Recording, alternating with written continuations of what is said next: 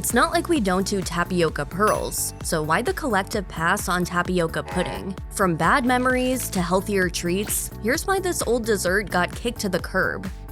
Tapioca's moment in the spotlight came and went, and when the hype was over, most people moved on in search of something new. Still, the dish had a long run. The version of tapioca that we know best was popularized in the late 19th century. It was then that a Boston housewife first concocted the recipe that would become Minute Tapioca. The brand advertised all the way through the post-war period, and the product remained a household name for decades. What else? Oh, we had tapioca for pudding. Tapioca? But as the dish lost its appeal, Minute Tapioca's momentum came to a halt. By that time, the company had been bought out by General Foods and marketing shifted to its other brands. Before long, tapioca pudding began to disappear from restaurant menus and grocery store shelves. There's a clear age gap between those who have a fond nostalgia for tapioca and those who don't. Today, this gives tapioca pudding the unfortunate reputation of being old people food. One user on X wrote, "Tapioca is for old people. I am young and beautiful." And another X user posted, "Tapioca is just boba for old people." Hi, I'm Max. Who wants tapioca? That's more like it. This idea was portrayed around 2003 by the kids' TV show codenamed Kids Next Door. In the episode Operation Tapioca, the kids try to stop a crew of senior citizen supervillains from stealing a tanker truck full of tapioca pudding. People are always looking for new flavors to bring excitement to their meals, and the fact that one of the world's biggest crazes, bubble tea, is a different tapioca-based dessert does not bode well for the future of old-school tapioca pudding. Bubble tea is a sweet Taiwanese drink that was invented in the 80s. It combines tea, milk, and tapioca balls with a fun, chewy texture. The trendy dessert quickly became a worldwide phenomenon. Consequently, the bubble tea industry has been growing rapidly year after year, while tapioca pudding sales have dwindled. The little spheres of tapioca and sugar? Bubble tea is also far from fizzling out. Sources project that the already thriving bubble tea industry will grow from a market value of $2.46 billion in 2023 to $4.08 billion by 2030. With mass popularity like that, there may not be room for yesterday's tapioca dish anywhere on the menu.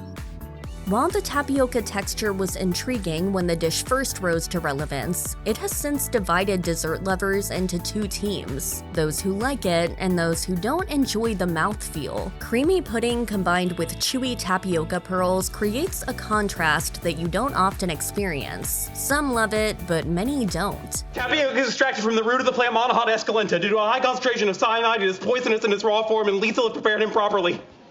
This stigma also persists for the visual appearance of the dish. Members of the GI generation and silent generation that were once forced to eat tapioca pudding at school have coined several nicknames for the dessert, including fish eyes, frog spawn, and eyeball pudding. In fairness, you can kind of see the resemblance. Although tapioca wasn't the only export affected by the early 2020 supply chain issues, it was hit especially hard in 2021. During that time, thousands of shipping containers full of tapioca pearls couldn't enter the American economy for months because of an unexpected bottleneck at California shipping ports. The issue was compounded by the sluggish reopening of the nation after the pandemic. Naturally, this impacted the availability of tapioca pudding, but the media conversation about this shortage instead revolved around its impact on the growing bubble tea industry, proving which tapioca pearls the country truly cared about. One recent trend that may hurt tapioca pudding is that shoppers have consistently gravitated toward healthier dessert options. Today's consumers are more interested in low-sugar options, as well as desserts with functional ingredients like probiotics, protein, and fiber. Sadly, tapioca pudding offers none of these benefits. Most of the calories in the dish come from carbs, which are the equivalent of empty calories from a nutritional standpoint. Even in the pudding space alone, healthy alternatives are already cutting into tapioca's hopes of longevity. Health-conscious dessert enthusiasts might opt for a kefir-based dessert, which delivers both the sweet, creamy texture of pudding and a solid boost of probiotics. Or they might instead opt for chia pudding, which is rich in fiber and omega-3 fatty acids, and even has a similar texture texture to tapioca pudding. With this kind of health-conscious competition crowding the industry, it's even more apparent why tapioca pudding has fallen to the wayside. Another reason tapioca pudding has gone out of style is because of the dwindling influence on the Jell-O brand, a major manufacturer of tapioca pudding. The brand definitely had its moment in the sun, but its sales have dropped steadily despite repeated efforts to revive it. How do you make Jell-O?